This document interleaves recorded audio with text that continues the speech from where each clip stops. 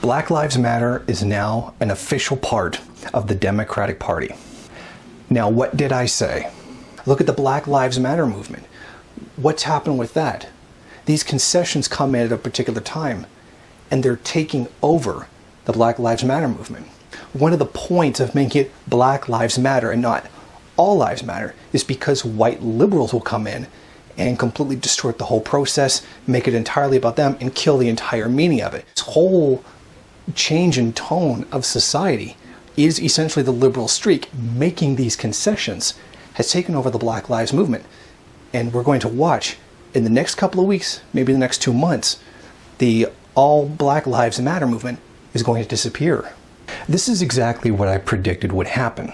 Essentially, what nobody wanted to accept is the fact that Black Lives Matter was always a liberal movement. The problem is, it's a liberal movement with a few radical elements around the fringe. Those radical elements don't have any sway within the group. In fact, the liberal elements go out of their way to expel radical elements. For example, in Texas, they pushed out I believe it was the Project 1312. They pushed those radicals right out of the group and then allied with Police Lives Matter. I mean, you couldn't get any more anti-radical than that. The reason this happens is that despite all the rhetoric from the radical elements, there's no desire for revolution. The African American population isn't looking to have a revolution that tears down an entire system and then builds a good one in its place, a better one. Of course, that's what needs to be done. But the desire for it isn't there. That's what people aren't getting. They said the same thing about Occupy Wall Street. Oh, this is the beginning of the revolution. This is what's going to start it all. This is going to be the single spark that starts the prairie fire. But what happened?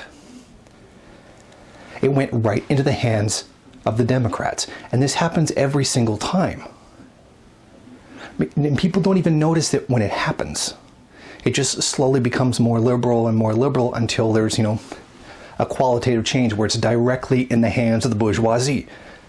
Most notably in the hands of the Democratic Party. And this is what First Worldists aren't understanding. There is a very good reason why this keeps happening over and over again. Despite all the oppression that actually exists, despite the police killings, the black population in the United States isn't looking for a revolution. What they're looking for is to have equality with whites. They're looking to have as much wealth, as much social power, as much equality with white people as possible. And they are attempting to do this through reform. Now, of course, that's not going to work. But that's the problem here. They're not radicalized enough to the point where they would be potentially revolutionary. And that's what these groups, who copy a lot of rhetoric from the 1960s and repeat it today, as though somehow it were the same situation.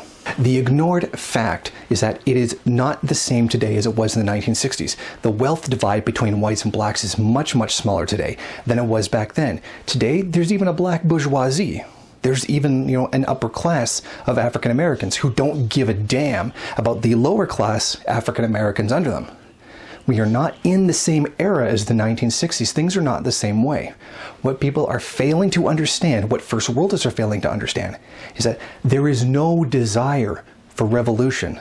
They only want reforms to get as much of the pie as white people do.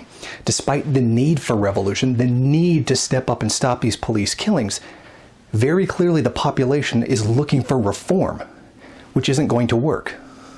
They need to want revolution, which is what they don't have.